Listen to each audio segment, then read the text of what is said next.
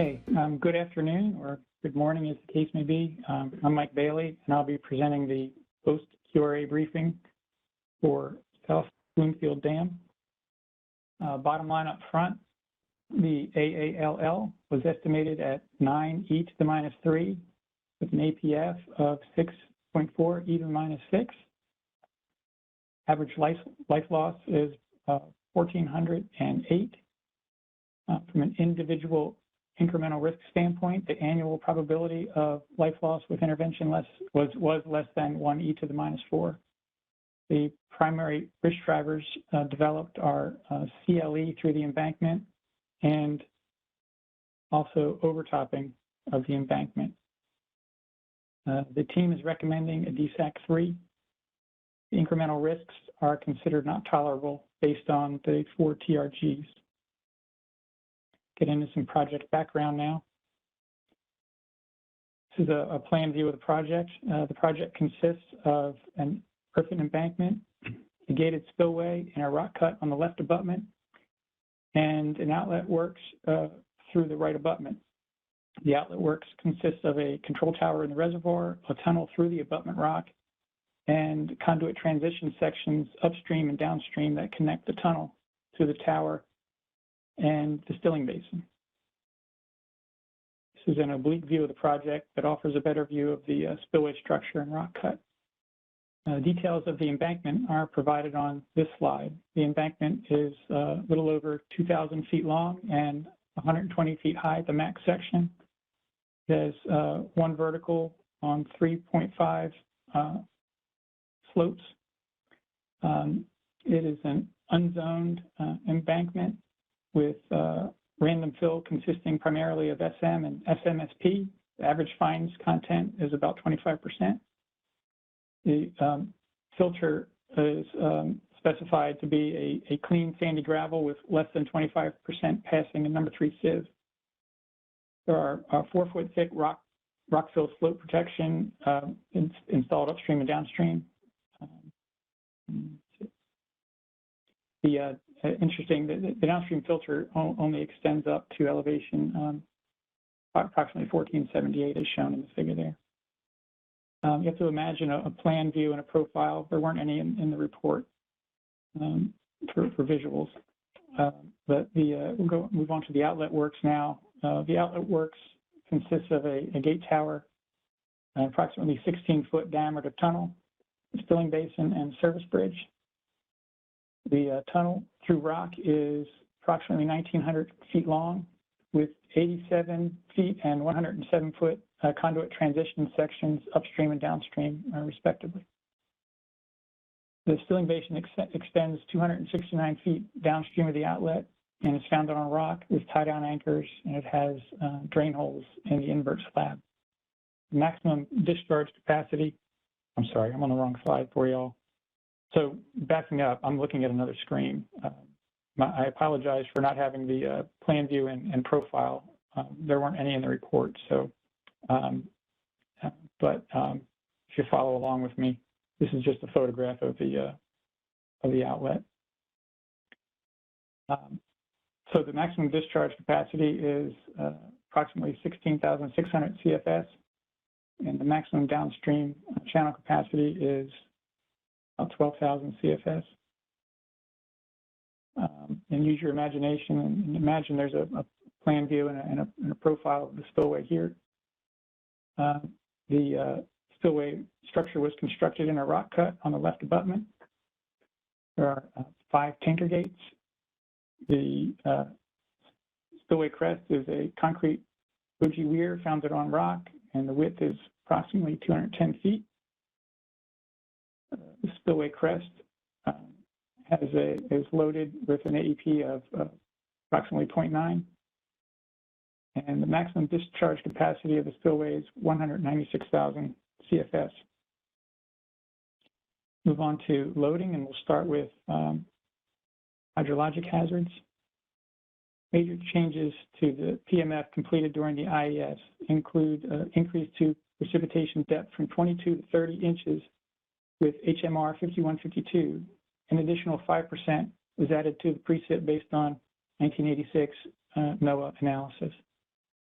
The final PMF was informed by the 50% PMF with 5-day dry antecedent conditions and 50% unit hydrograph peaking. The PMF was sensitive to peaking and precipitation depth. If needed to inform additional risk characterization, further study could be included. Could include a higher level PMP study and hydrodynamic routing of the PMF in RAS. Shows the volume frequency. Inflow volume frequency curves were developed from site gauge data and historic annual peak discharges documented in the water control manual. A perception threshold was used to extend the period of record back to 1890. A regional skew study was published in 1974 by USACE. It was used with a regional skew of, the regional study published in 1974 by the Corps utilized a regional skew of 0.58. The critical duration was 3 days, and the calculated effective record length was 88 years. This slide shows the stage frequency curve. RMC RFA was used to create the stage frequency curve. The model was calibrated to match observed high reservoir events. Uncertainty in the loading curve results from relatively short period of record. If additional study is recommended, uncertainty in the frequency analysis could be reduced by performing Tier 2 paleo flood analysis or NOAA Atlas 14 or regional precipitation frequency analysis, and also updating the study using state-of-the-art practice hydrologic analysis using RMC Best Fit software. For reference, the top of dam has an AEP of 6e to the minus 4, and the PMF has an AEP of 4e minus 5.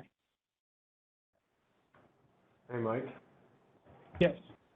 Can you go back to the stage frequency curve, please? Yes.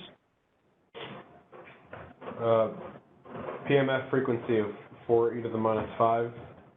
Does the team feel like that is a good representation of the basin? It seems pretty frequent. So overall, we have a relatively short effective record length. Just based on the systematic data, we were able to extend it a little bit with the storms from the water control manual, but that record still wasn't very comprehensive. The watershed appears to have a pretty quick response time. And so with respect to flow frequency, when we see those really quick responses, sometimes it can give us that more positive skew, which is also what we saw with the regional skew study. So while it is more frequent without additional study, it's probably best that the team could do with the methodology that is appropriate at this time. All right, thanks. Okay. If there's no more questions on hydrologic hazards, we'll move on to seismic. The seismic hazard for North Bloomfield Dam is low. PGA for the 10,000 year return in site class A is less than 0.1 G. All seismic PFMs were judged to be non-risk drivers.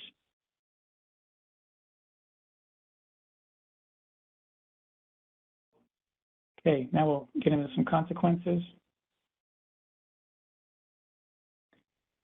This table shows breach parameters used in consequence modeling. These parameters were used to inform both CLE and overtopping PFNs.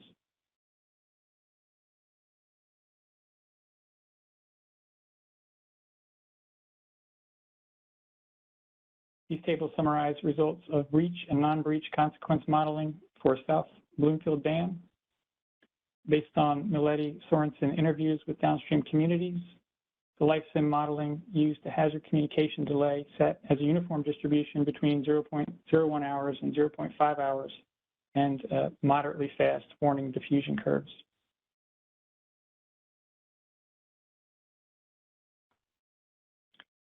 This table summarizes results of the incremental consequence modeling.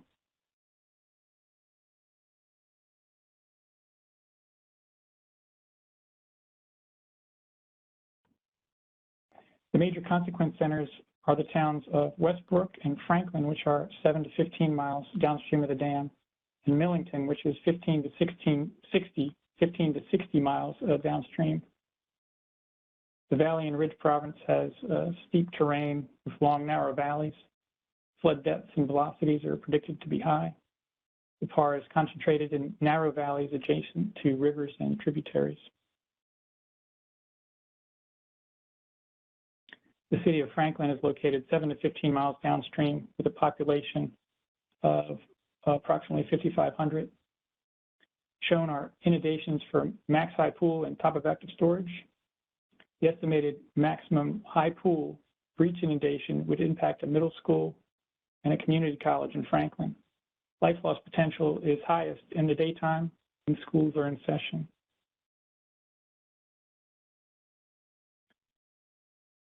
Moving further downstream, Millington has the largest PAR at 20,900 and is 15 to 60 miles downstream of the dam. Structures are 91% residential, 7% commercial, and 2% industrial. Can you go back to the max high pool inundation extent? For Yeah, Franklin or Millington? Okay. Franklin, this one right here. So it looks like the aerial extents aren't that different. Are you seeing a lot greater flood depths for the max high pool scenario?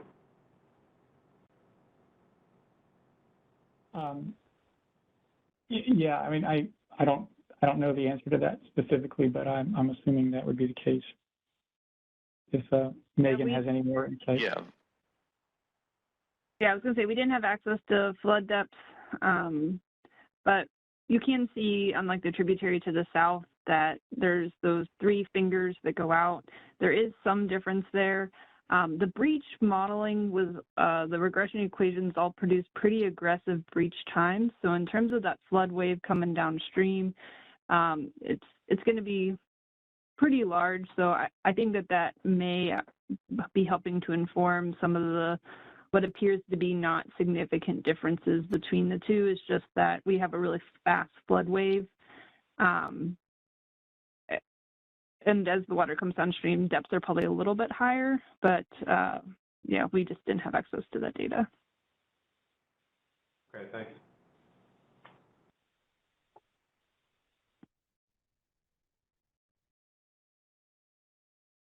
Okay, this slide presents annual lost benefits, and the estimated total annual lost benefit is approximately $12 million.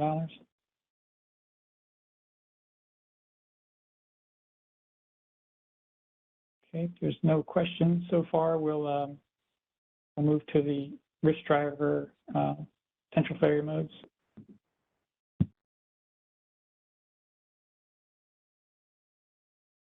PFM1 is CLE through the embankment along the interface of staged construction. There was a pause in construction when the embankment had reached elevation 1473. A new contractor then resumed construction. The failure mode considers poor surface treatment at the interface, leading to the formation of a continuous open crack through the embankment.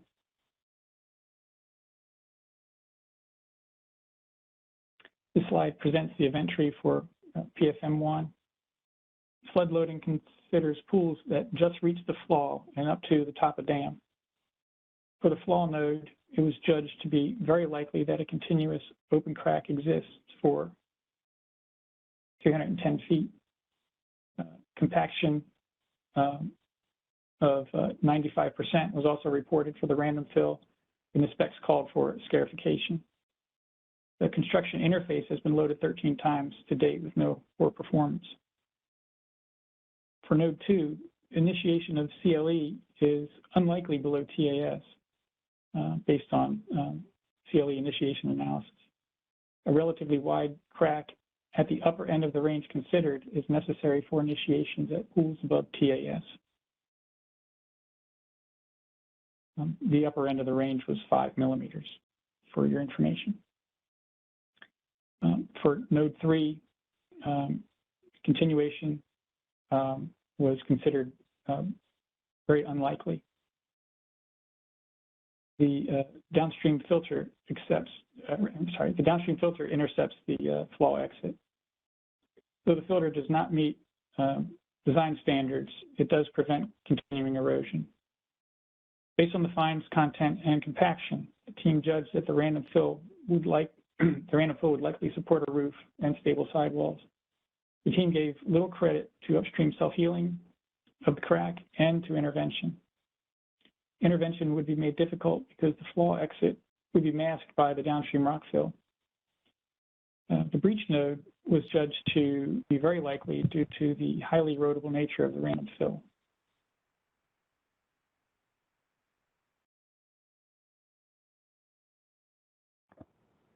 So Mike, can you go back for a second? So what nodes do you think are critical here, or kind of driving the results? The flaw. Yeah, the flaw and the initiation nodes. I'm sorry, the flaw and the continuation nodes, because there is an adequate filter downstream, and the team just really didn't think that it was likely that an open continuous crack existed across that interface. Okay.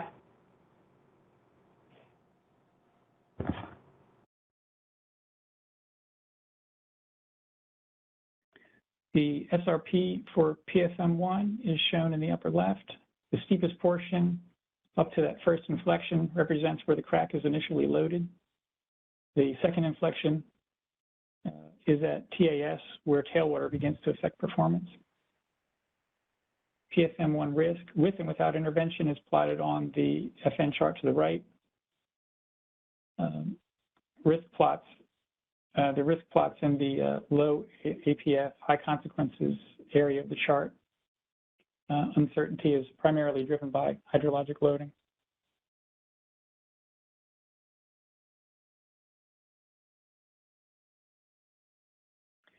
Moving on to the next risk driver, PFM2 considers overtopping of the embankment. The PMF is predicted to overtop the embankment by 5.5 feet for 6 hours. Wind dam C analysis was used to inform system response elicitation. The armoring rock fill offers some protection, but analysis predicts breach just initiates for the PMF. Higher failure probability is seen at greater overtopping depths associated with the 150% of the PMF.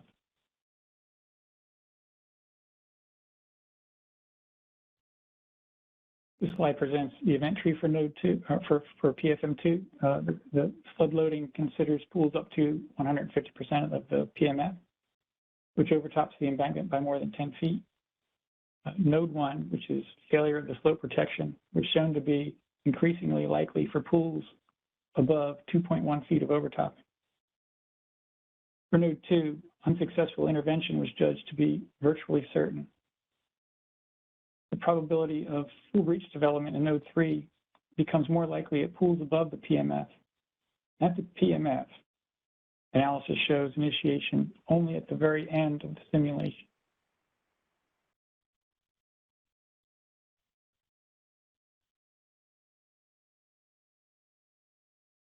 The SRP for PFM2 is shown in the upper left. PFM2 risk with and without intervention is plotted on the FN chart to the right. The risk plot's nearly 1 order of magnitude above the societal tolerable risk guideline. Uncertainty here, again, is primarily driven by hydrologic loading.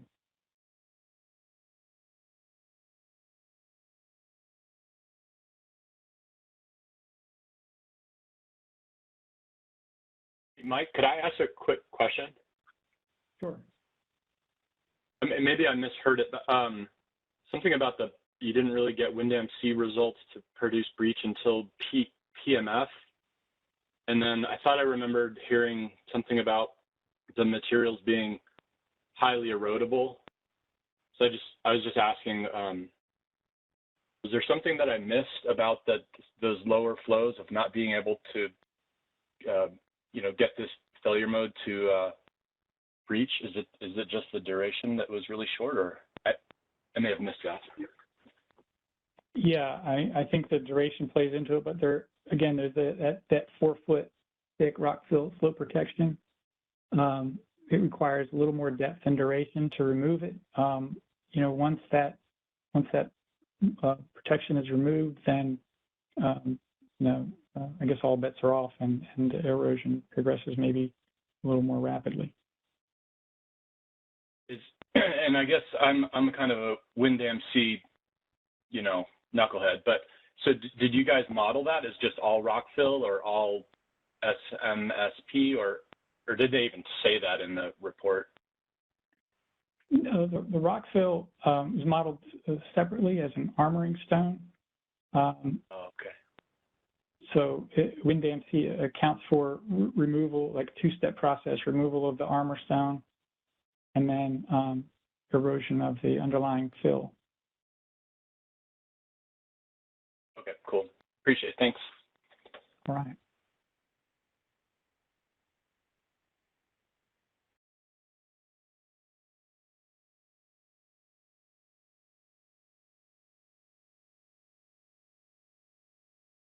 Mike, how much, and piggybacking off of that discussion, how much weight was given to the WinDAM analysis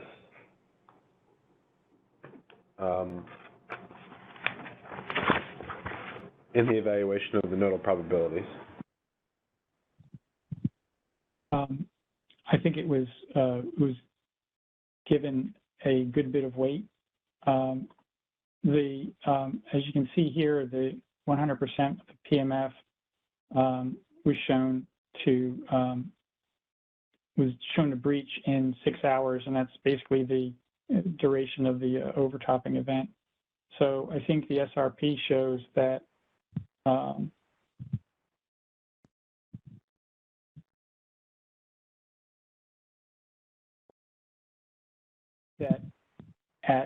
at that elevation, the PMF, about a 50%, like a 0.5 probability of failure. So it's kind of like taking that analysis and saying, well, the analysis says breach, but only at the very end of the simulation. So it's kind of like a 50-50. So I think WinDAM-C analysis was one of the most influential factors in the elicitation. Yeah, this is Jason. Yeah, I'd agree with that, Mike. The WinDAM-C results seem to be heavily used in the more likely and less likely factors. But I agree with what Damien's pointing out there, that there could be some something that needs to be looked at with the WinDAM modeling. Ensure that it is those results are correct. However, we don't have the parameters used. Go ahead. Yeah, I was going to say we had limited information on the analysis, but perhaps we could add that as a recommendation to increase the number of sensitivities and looks at depths between 2 and 5 feet of overtopping if additional study is warranted.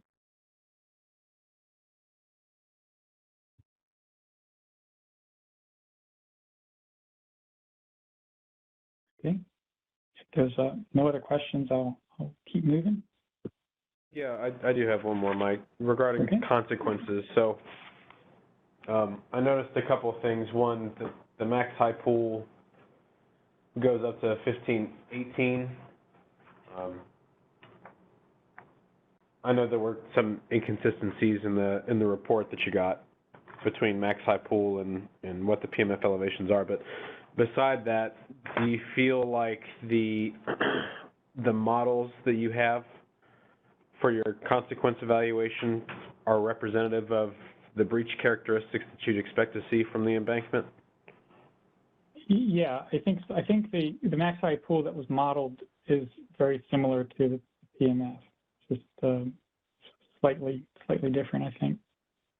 We don't have any modeling for the 150% PMF. So that is a shortcoming of the consequence modeling. But the MHP and the PMF are very similar. What about the breach parameters themselves? I think the breach parameters are, from a geometry perspective, are okay. They were a little fast based on what we believe to be the regression equations. However, when you looked at what the WinDAM-C results showed for the ones that did breach, it breached rather quickly within a few hours. So while this full breach development time may be conservative, I think it's probably within the realm of I think it's consistent with our methodology for breach modeling. Yeah. Yeah, that is super short. Yeah, I would be curious to see the regression equations, but yeah. It isn't uncommon for us to have relatively short durations based on the regression equations, depending on the relationship that was used. So I'm gonna give it the benefit of the doubt, I guess, and argue that they're okay. If I'm wrong too, but on the hydraulic modeling, the breach development times, once it's actually tapped the reservoir, so it's the time it takes to get to that full breach after it's already tapped, where WinDAM is modeling that head cut and that erosion that's not really taken into account here. Yeah, that's correct. Thanks, Jason. Excellent point. Do you feel like you have enough points on your consequence curve to adequately define the shape of the incremental life loss?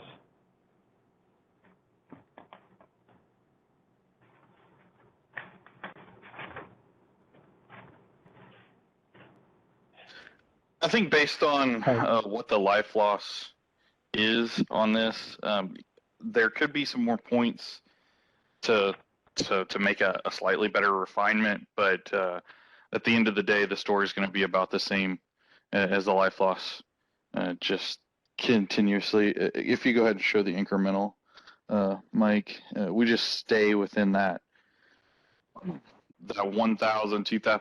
We get as high as 3,500, and this is all minimal. If you look at Ample for that overtopping case, they're a little bit tighter. And we've got the life loss shown on the plot for the overtopping failure mode.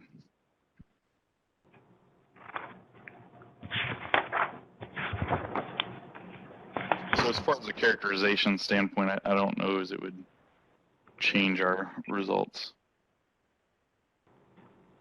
Okay.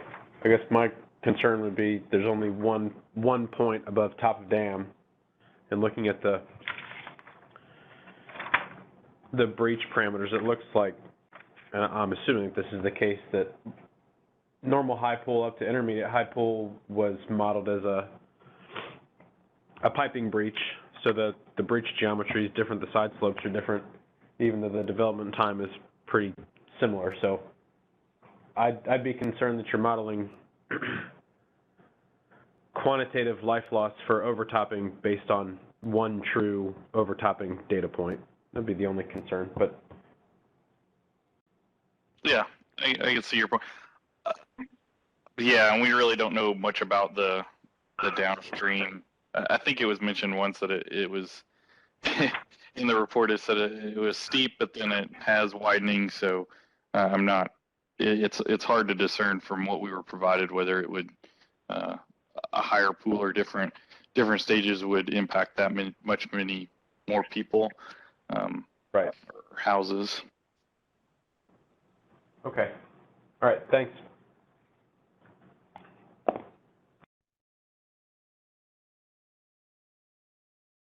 Okay. If we're ready, we'll move on to the risk estimates.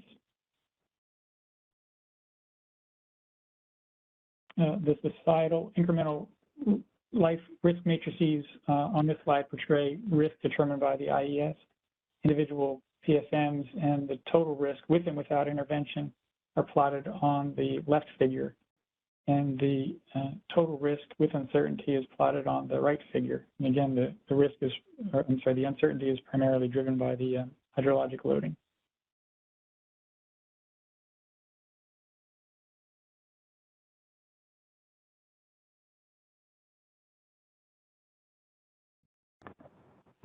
slide presents Mike, incremental life. can you go back real quick for a second? So why do we see kind of that curve in the cloud? My take is that it's the influence of the increased incremental consequences for PFM1. It tends to skew the life loss to the right at that lower frequency.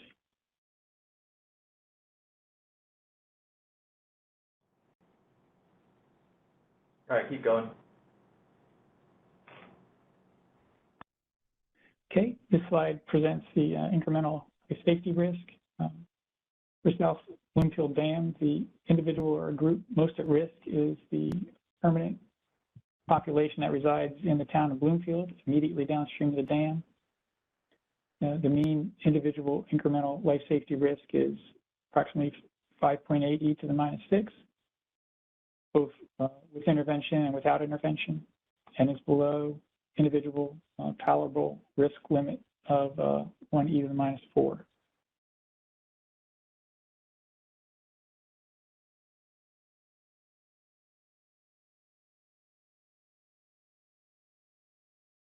This slide presents non-breach life safety risk. The life loss threshold AEP was estimated as the point where the mean non-breach curve intercepts the y-axis. Outflow at this loading was estimated at 150,000 CFS.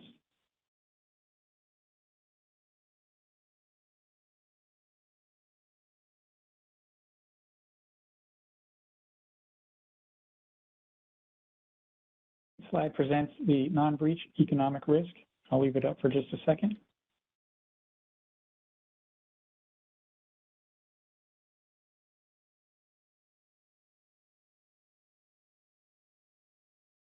Now we'll move on to DSAC.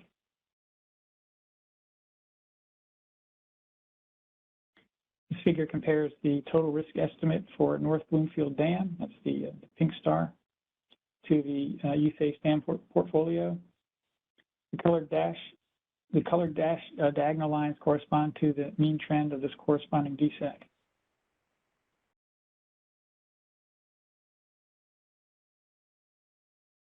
Based on the analysis completed as part of the IAS, the team is recommending a DSAC 3.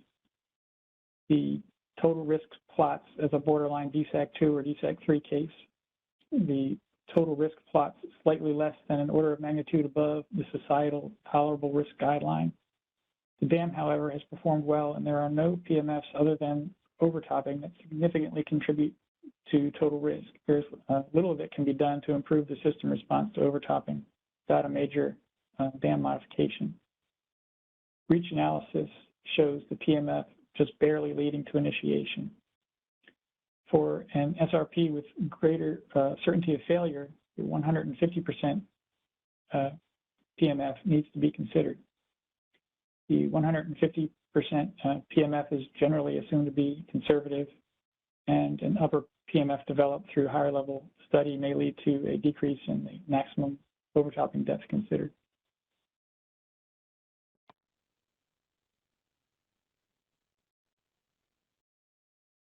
If there's no questions, I'll move on to tolerable risk guidelines.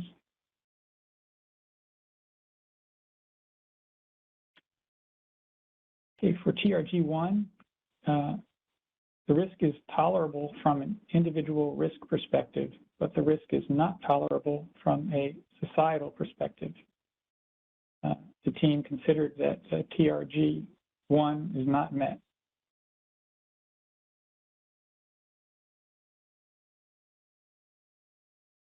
Moving on to TRG2, the team judged that TRG2 was met. Tabletop exercises and communication with local EMA is routine. Direct outreach to the public has been lacking, but there are active efforts to improve this.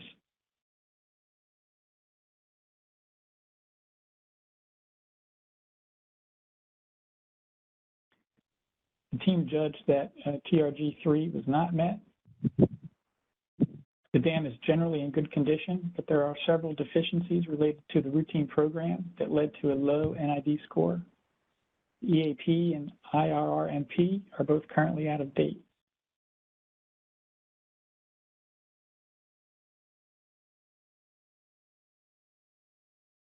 Moving on to 4, the team judged that TRG4 is met.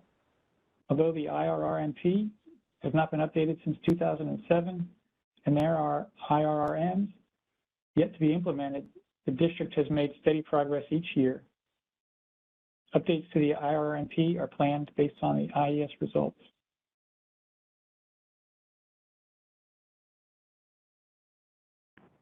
Hey, Mike, Yes. can we go back to TRG2 real quick?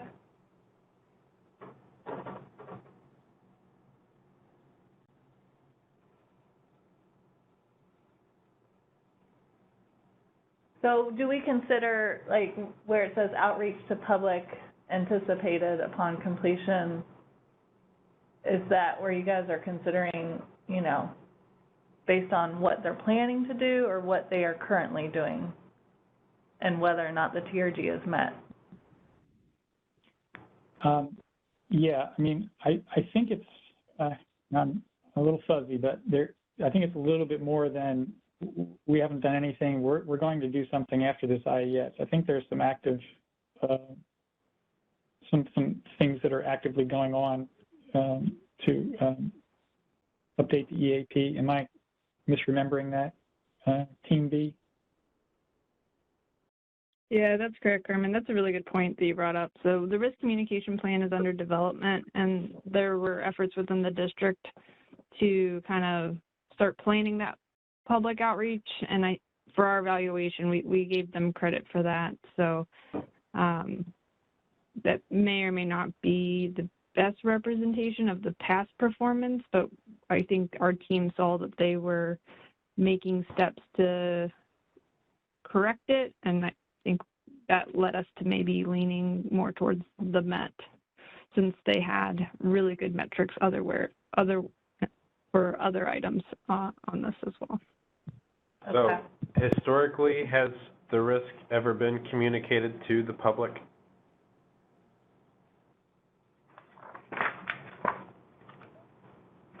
I don't think that's documented. Yeah, it was not clear that there were communication outreach to the public in the past.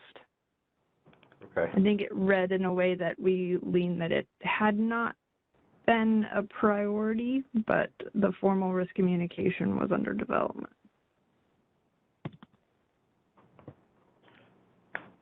Okay. Can you go back to TRG1, please? I didn't hear you talk about exceptional circumstances at the bottom. It looks like there's 2 entries in there, NA and no at the same time. Can you explain that? Let's see. I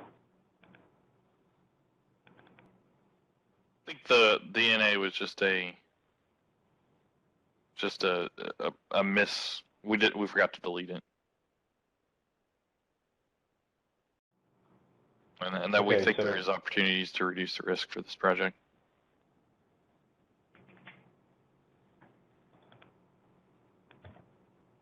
Okay.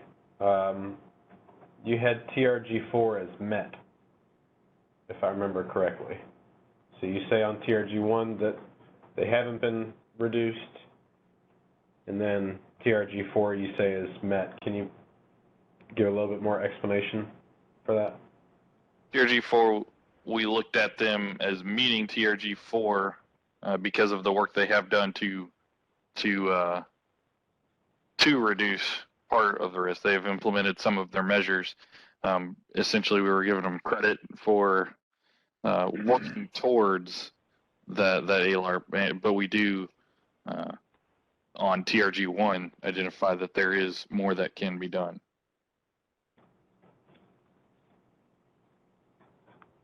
Okay.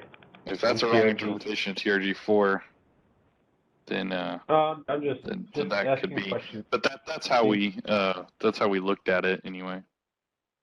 Can you go back to TRG3, please? All right, so the IRMP is out of date. So they've done some work to implement some IRMPs or some IRMs, but the overall IRMP is out of date, and it seems like we think that there's more that they could be doing to reduce risks from an interim risk reduction measure standpoint. Okay.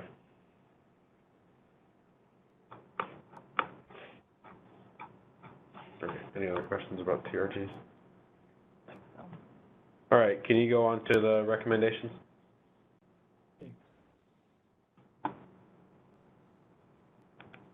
Recommended path forward is to perform a higher level H&H study to include PMF and loading curves. And once that's complete, to update the risk characterization based on findings of the higher level H&H study. Can you go back to that slide real quick, Mike? Sorry. Yes.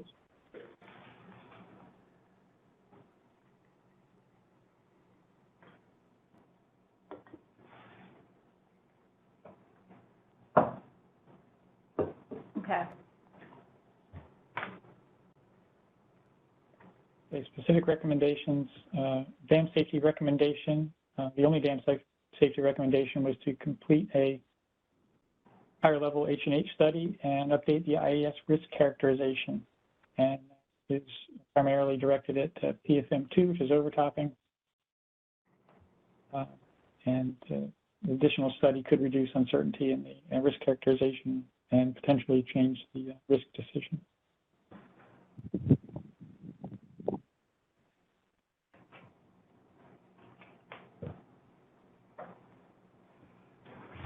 Recommendations we pulled from the report. We gleaned, I guess, they weren't specifically made in the report, but the first one is to improve risk communication and increase public awareness through public outreach. Relates to all PFMs, priority code 2. Second recommendation is to move existing emergency stockpiles to a higher elevation. In their current location, the stockpiles will be inundated by tailwater during spillway operation. That's relevant for all PMFs and give it priority code 3. And the third O&M recommendation is to develop a detailed surveillance plan and a site-specific checklist for inspections. Is related to all PMFs and also priority code 3. Yeah, thank you, Mike, and the rest of Group B. So Group A, if you want to get into Socrative.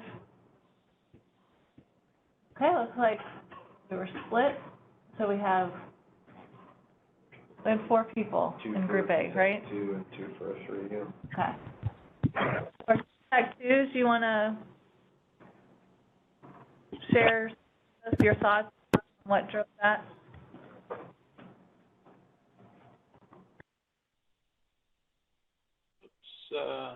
I'll start. This is Damien. I was a 2.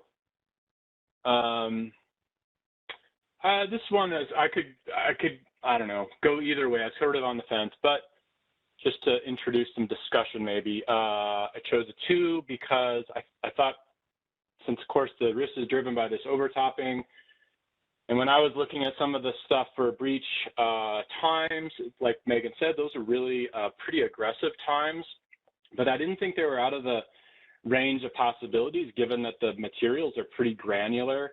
And then I wasn't really too terribly convinced that the WindMC modeling was right. So I actually thought that, you know, if we were going to redo that, it's probably on that high side of where that cloud was plotting. So I thought that was more consistent with a 2 in terms of risk where that plots.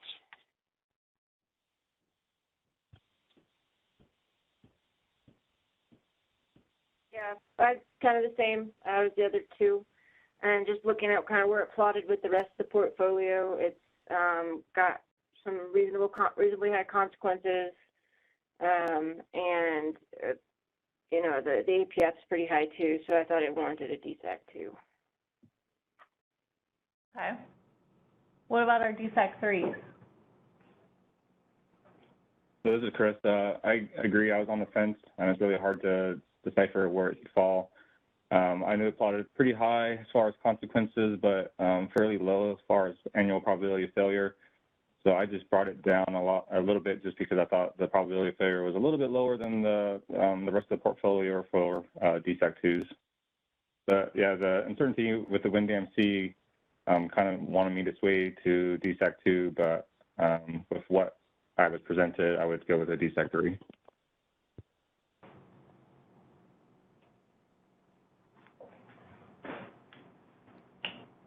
Yeah, I don't have much more to add from what Chris had said. I tend to be on the fence as well. Ultimately, I sided with the team based on where it's at and where some of the other boxes are plotting. I went ahead and voted to keep it as a 3. Okay. I think we were kind of the same in this room. I think you could argue either way. You know, I don't know if there's some conservatism built into the overtopping analysis. That was my thought potentially, and what maybe would drive me to a DSAC3, but they're all good justifications. So let's go to the TRG1 results.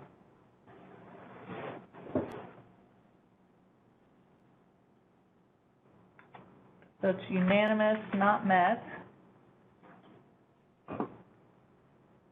which makes sense. I think obviously societal risk is driving that.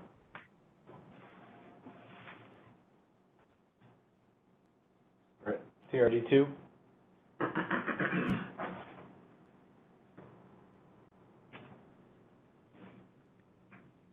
Okay. All right. Who's our one met vote?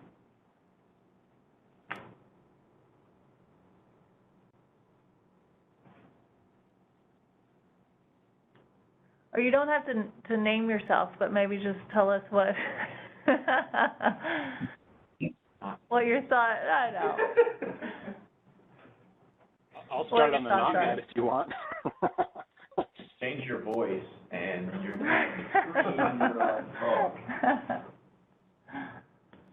Yeah, either way. If anybody wants to jump in and talk about what their thoughts were. So I have a not met. We had the same sort of thing in the levy TRGs that we presented before. I think they had some kind of stuff that was in the works, but they really hadn't done much in terms of outreach to the public, and ours was heavily influenced by the life loss, right? So we had really high numbers too, just like this one. So I thought that was an important part of the risk characterization, right? So if you warn the public about their risk, I think that's a necessary thing. So having not had it here, that was definitely not met for me. This is Chris. I'm pretty sure I voted for not met. If I didn't, I was wrong.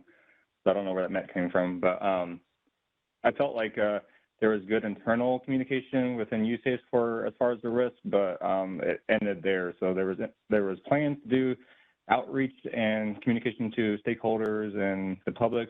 However, I wouldn't give them credit for plans until they are actually implemented and performed. Yeah, and that's exactly what Chris just said about if it's not yet been implemented, funding can always magically dry up. Okay. Yeah, we were on the same page with that over here. They're making good progress, but absent either past evidence that public risk awareness had been built or risk communication had been had, we weren't comfortable assigning a tolerable rating for planned measures, although that could change, once those measures are implemented or communicated. Okay, do we want to go to TRG3?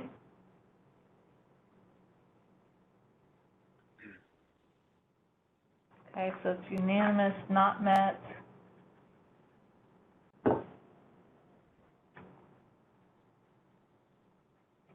I think that's somewhat of a low DSPMT scorecard score. What else drove that? The EAP was out of date, and the IRMP was out of date, and they had done a tabletop exercise due to COVID. Okay.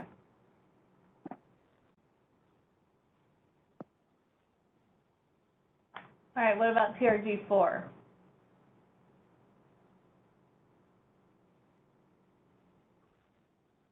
I went with not met on this one because the IRMP was out of date. So while they had done some work on it, they hadn't completed it, the actions in the IRMP. And then also the team was actually making a path forward of doing additional work.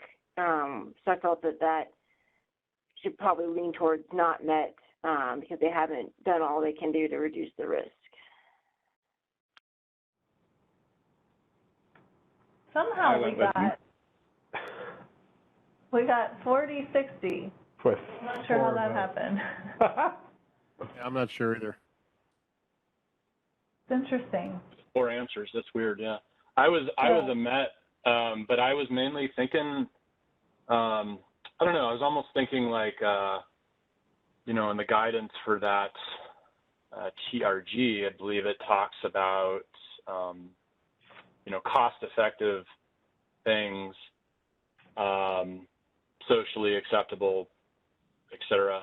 And then what Amanda said at the end there, I think I agree with that more. Like there are some things that are in the plans that haven't been done, so I might actually switch that. I could have been thinking about that wrong. I was mainly thinking about like structural things that you would do to reduce it, but again, like Amanda pointed out, some good things there. Okay. So I also was a Met, but I think as Damien said, I probably could be swayed either way. I saw that they were doing things to help reduce some of the risks. Some of these things might not be as beneficial as others, but it seems like they are trying to do the O&M that's required. But yes, there's other things that need to be done, but they haven't gotten to it yet. So it looks that I guess I should have maybe modified this a little bit. That somebody answered with two responses, met and not met. So that's why we have the 60-40. I didn't realize you could vote twice. Neither did I. Took both. Yeah, no worries. All right, let's So, go to. Oh, I was the same as everybody else on TRG4, where I said it was met, but I could go either way. Sorry, go ahead, Carmen. Yeah, so we had some discussion about that on our end too. We were wondering, there were a few things. So one, we didn't think that risk was reduced as low as practicable for TRG1. And then on TRG3, we said that the IRMP is out of date, but then we have an IRMP that was developed in 2017 and IRMs that were implemented in FY 18, 19, and 20. So there's kind of these two battling sides here of, is there a culture of actively looking for cost-effective, socially acceptable, environmentally acceptable ways to reduce risk? And yeah, I do think that it could go either way. I think ultimately in the room, we were leaning more toward met than not met, some of us. Maybe not Carmen, but yeah, I think it could go either way. I think it's a tough one. Yeah, all good justifications though. All right, and then the final question.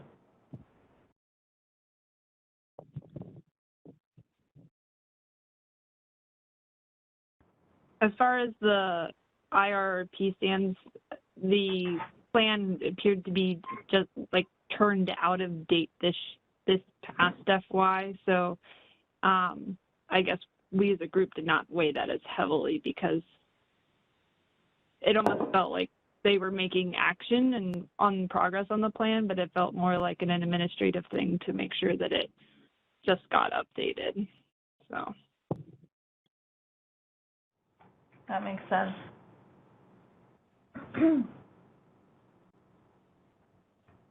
All right, so it looks like we have a recommendation for looking further at the sensitivity of the overtopping PFM.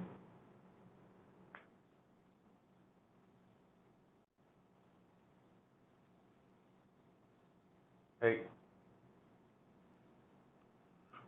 So Kirk, we can no longer see the results. Okay. Click on, okay. There we go.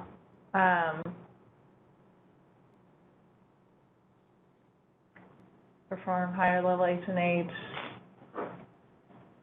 routine, or return to the routine program, finish risk communication and public outreach, and perform higher level H&H.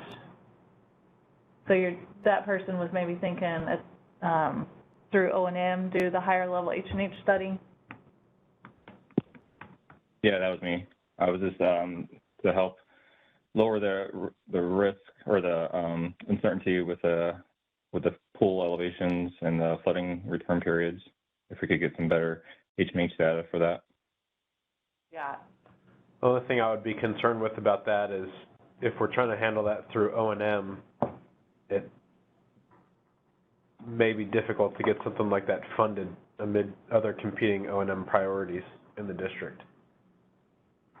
I feel like that performing higher level H&H study to something like this, where I think we can see a fairly significant change in the characterization of the risk, maybe through the PMF elevation or through the frequency of higher pool events.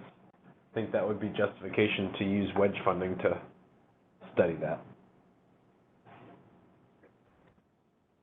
Agree? I agree. Yeah. So my question. That logic. Sorry, go ahead. There's a couple responses there to, let's see. So I guess it's just the second one. Sensitivity for overtopping PFM. What are we envisioning? Whoever said that, what are you envisioning? What are we studying regarding the overtopping risk to better refine? Are you getting more at performance or consequences?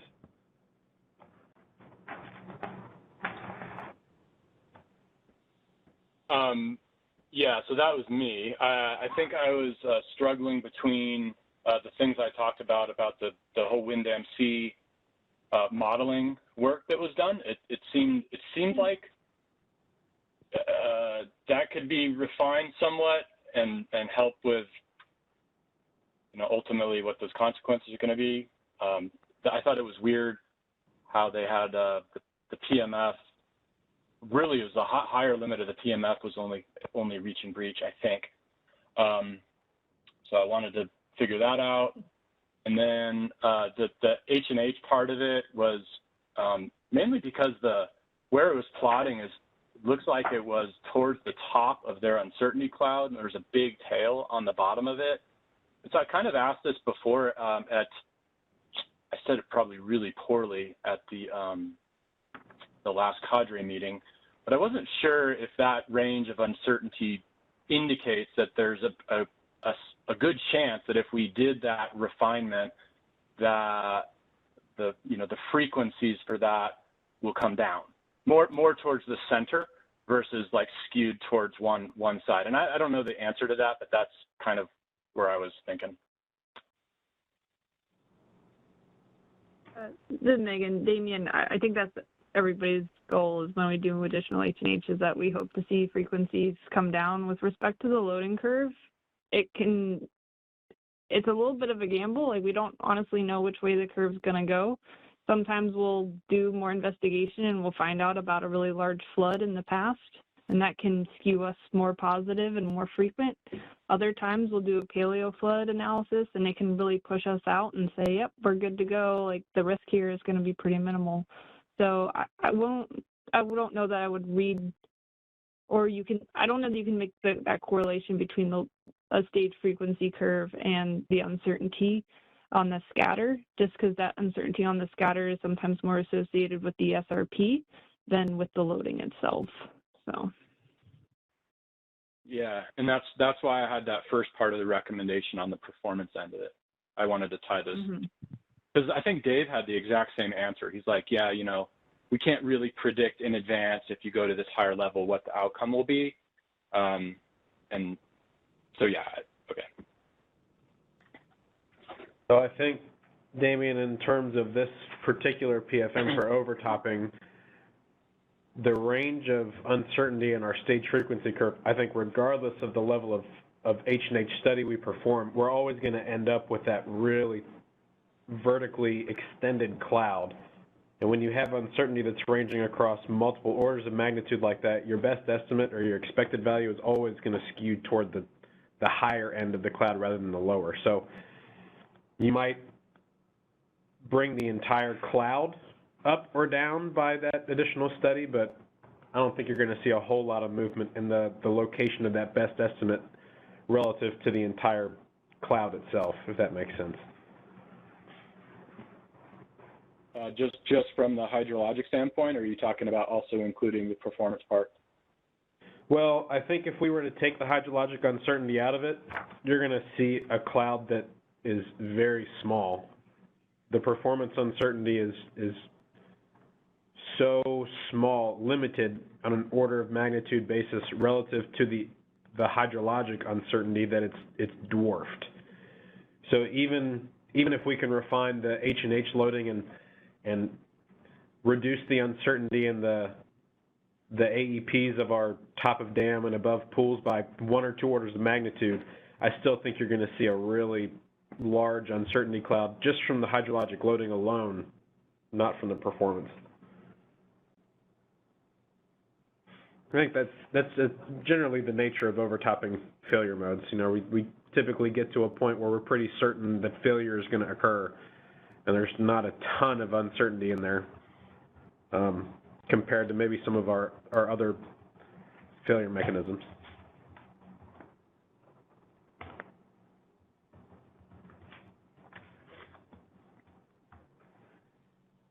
So one question that I have for the group and for the team is, I didn't see anything related to consequences for path forward.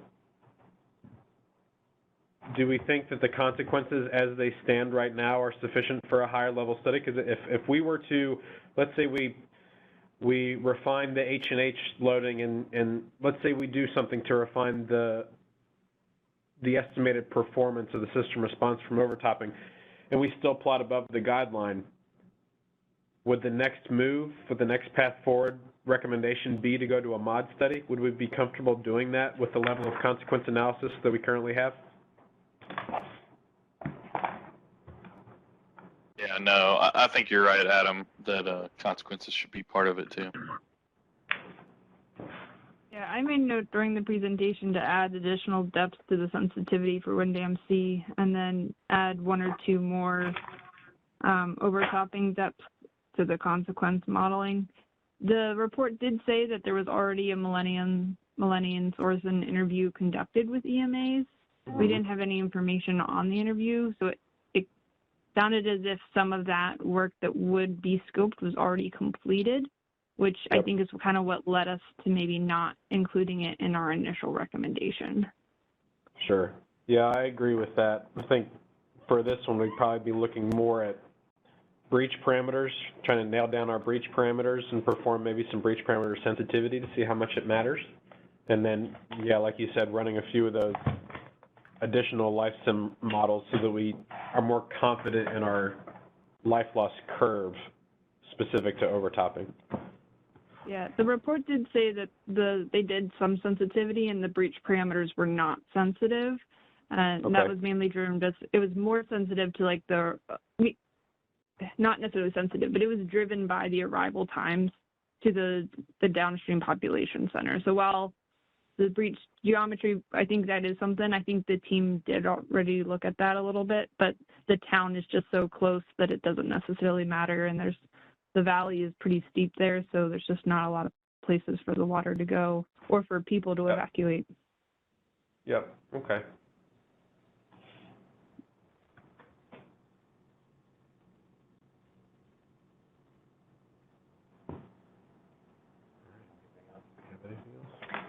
All right. Good job, guys. I see some future DSOG and LSOG members in this group. I think you all did a good job. I know, I'll call out the elephant in the room. I know I was asking you some questions about analyses that you didn't perform and asking you why they were performed that way. And I know you don't know some of the answers to that. So I appreciate you putting up with my questions, but I think you did a good job of responding to them, even when you didn't know. Like I said the other day, it's, you know, it's good for us to call out what we know and what we don't know. And when we don't know something, to state how much it could matter. So I think y'all did a good job. Yeah, and yeah, I do appreciate you guys, like, staying in character, for lack of better words. Not saying, well, this is what we had, so I don't know what to tell you. You kind of took ownership and, you know, took it on as your own project. So that was good. That was the intent of the exercise.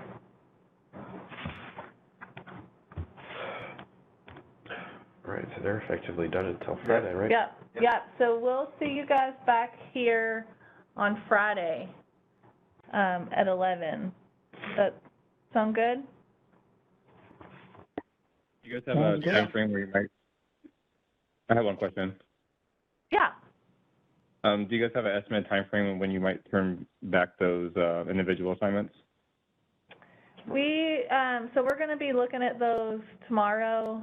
So we're hoping to have those back to you guys by the end of the day tomorrow, so that you have some time either, I mean, really we have that time blocked out at the end of the day on Friday, that if any additional tweaks are needed, you don't have to work that evening or anything.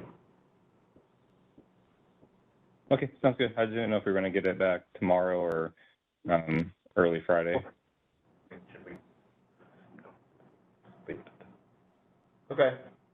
Yeah. Yeah, plan for end of the day tomorrow, and if we get it sooner, then that's all the better. But can't make any promises at this point.